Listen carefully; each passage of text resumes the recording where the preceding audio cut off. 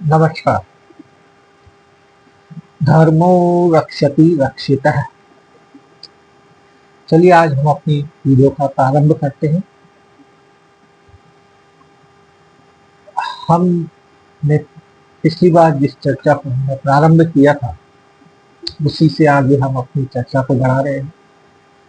चर्चा को बढ़ाने से पहले एक बड़ा इंटरेस्टिंग सा प्रश्न मेरे दिमाग में आया कि हमने बहुत सारी बातें करी। हमने प्रारंभ किया था वसुदेव कुटुंबकम से, फिर हम उस पर बात करते करते हम पुरुषार्थ पे आ गए, पुरुषार्थ से हम काम पे आए, काम से हम पुरुषार्थ के अंदर जो चार पुरुषार्थ है, काम, अर्थ, धर्म, मोक्ष, हमने उन चारों पे में से हम काम पे बात करी। लेकिन मुझे लगा कि इसके अंदर एक बहुत ही महत्वपूर्ण विषय जो था, जो बेसिक है, जो मूल है, उस पर तो हमने चर्चा ही नहीं करी। तो चलिए आज हम उसी पे चर्चा शुरू करते हैं।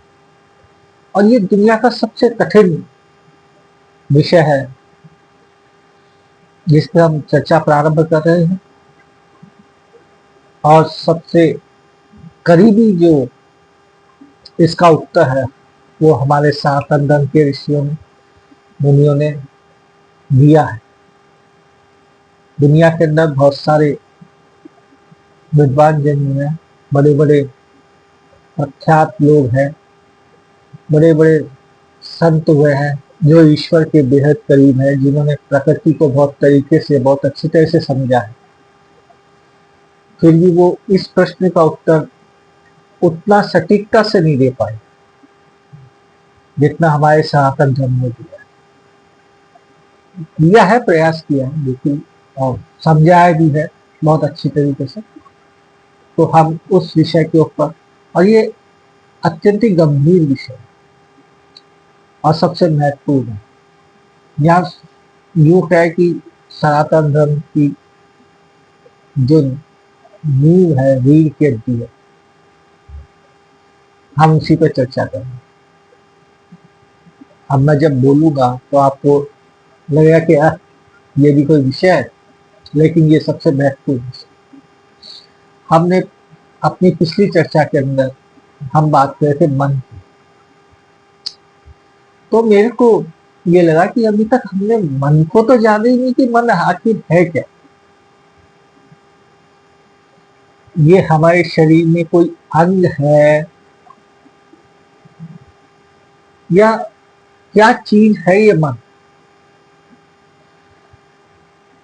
सबसे पहले तो हम मन को ही समझेंगे, क्योंकि सारे उत्पाद की जड़ ये मन ही तो है।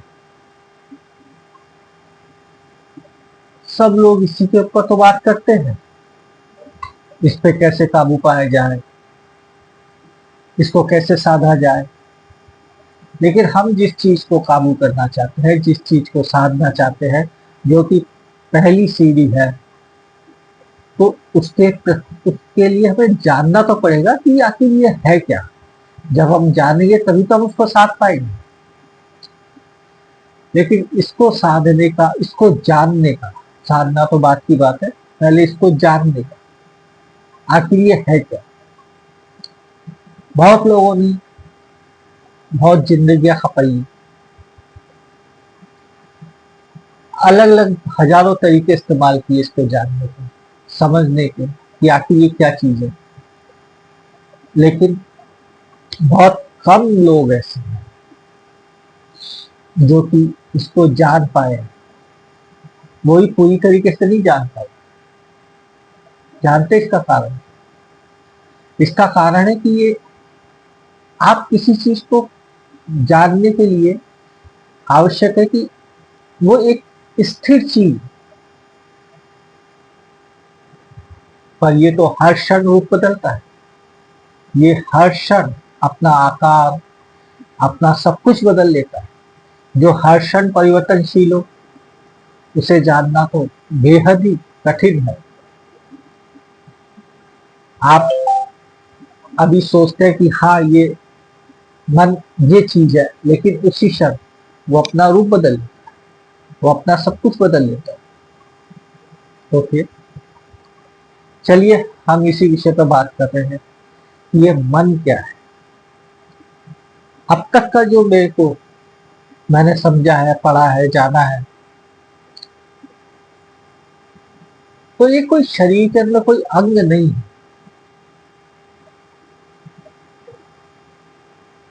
फिर क्या है? क्या ये ऊर्जा है? हाँ, हम ये कह सकते हैं कि ये एक तरह की ऊर्जा है, ये आंतरिक ऊर्जा है, ये आत्मिक ऊर्जा के एक स्वरूप है। लेकिन प्रश्न ये है, ये ऊर्जा क्या है? तो जो जवाब मिला, जो सबसे सटीक जवाब है, वो ये है कि ये विचारों का एक झुंड है।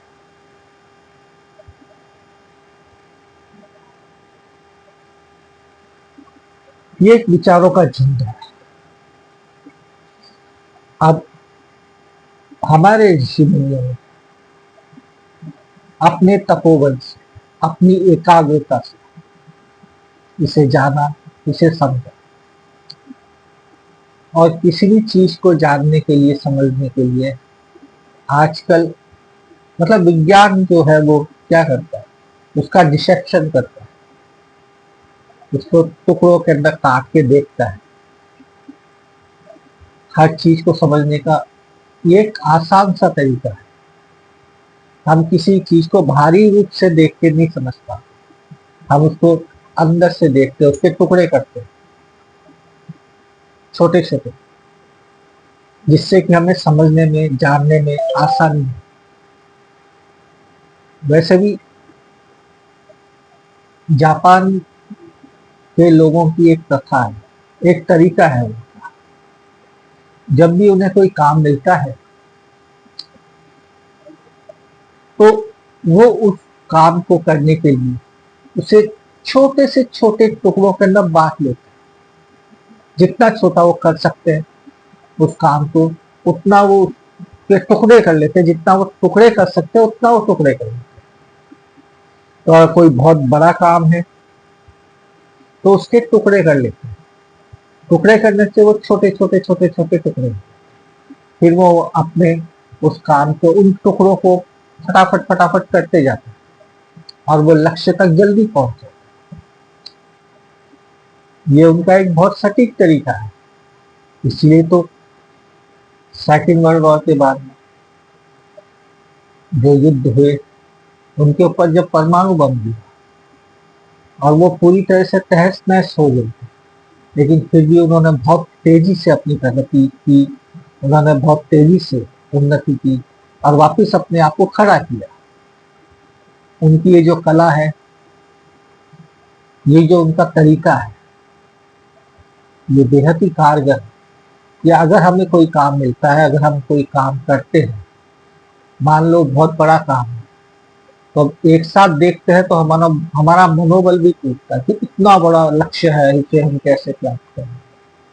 लेकिन अगर हम उसके छोटे छोटे टुकड़े कर लेते हैं, उसे छोटे छोटे भागों में जितना हम तोड़ सकते हैं उतना अगर हम तोड़ लेते हैं और फिर उन छोटे छोटे कामों को हम फटाफट कर लेते हैं, तो ये छोटा हो जाता है काम, तो करने के अंदर समय भी कम लगता है, ऊर्जा भी कम लगती है और वो एक एक स्टेप बाय स्टेप उसको एक एक सीढ़ी बना लेते हैं और उसको फटाफट फटाफट चढ़ जाता है। यही तो है सीढ़ी का उपयोग। वो इस सीढ़ी के जो तरीका है इसको काम में लगाते हैं। खैर, हम बात कर रहे थे मन की। तो हमारे ऋषि मुनियों ने भी इसको तोड़ने के लिए, मतलब इसको जानने के लिए, समझने के लिए, उन्होंने भी इसको छोटे छोटे भागों में, मन, बुद्धि, चित्त, अहंकार, मुख्य रूप से उन्होंने इस चार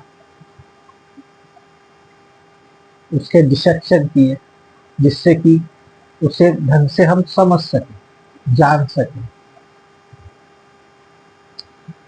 तो कहने का अर्थ यह है कि मन को समझना बेहद ही कठिन है। दूसरा का तो छोड़िए, आप अपने मन को समझना ही बेहद कठिन है, क्योंकि वो स्थिर ही नहीं है। उसको समझना है तो हमें पहले उसे स्थिर करना पड़ता है। और हमारा पूरा योग, हमारी जितनी भी यंत्र तंत्र मंत्र भक्ति जितने भी तरीके हैं, उसके अंदर सबसे पहले यही है कि हम अपने मन को स्थिर करें, एकाग्र करें। ये हमारे सनातन धर्म ने हजारों साल पहले ही खोज लिया था कि मानव उन्नति प्रगति, इस प्रकृति को समझना है, इस ज्ञान और विज्ञान को जानना है, तो सबसे पहले अपने मन के ऊपर काबू करना है। और आजकल तो हमारे पास में बहुत ही सहज तरीका हमारे विद्वानों ने दिया है। भगवान कृष्ण ने गीता, एक सिंपल सा टूल, गीता को जीवन में उतारिए। मन पे काबू कैसे किया जा सकता है, बहुत आसान हो जाए। लेकिन हम जो चर्चा कर रहे हैं कि मन को, हम जिस चीज को काबू करना चाहते हैं पहले उसको जाने तो सही, उसे समझे तो सही। खैर हम चर्चा कर रहे हैं, लेकिन अब समय हो गया है तो हम इस चर्चा को आगे दूसरे पार्ट के अंदर आगे करेंगे, अगले वीडियो के अंदर इसके अंदर चर्चा करेंगे। तब तक के लिए राम नाम। हाँ, उत्थिष्ट भारत है, हे भारतीय, स्वयं मैं भी उठे, जागे, अपने सनातन को समझे, इसकी ताकत को समझे, और भारत की उन्नति और प्रगति इसी के अंदर छुपी हुई है। भारत की नहीं, हर व्यक्ति की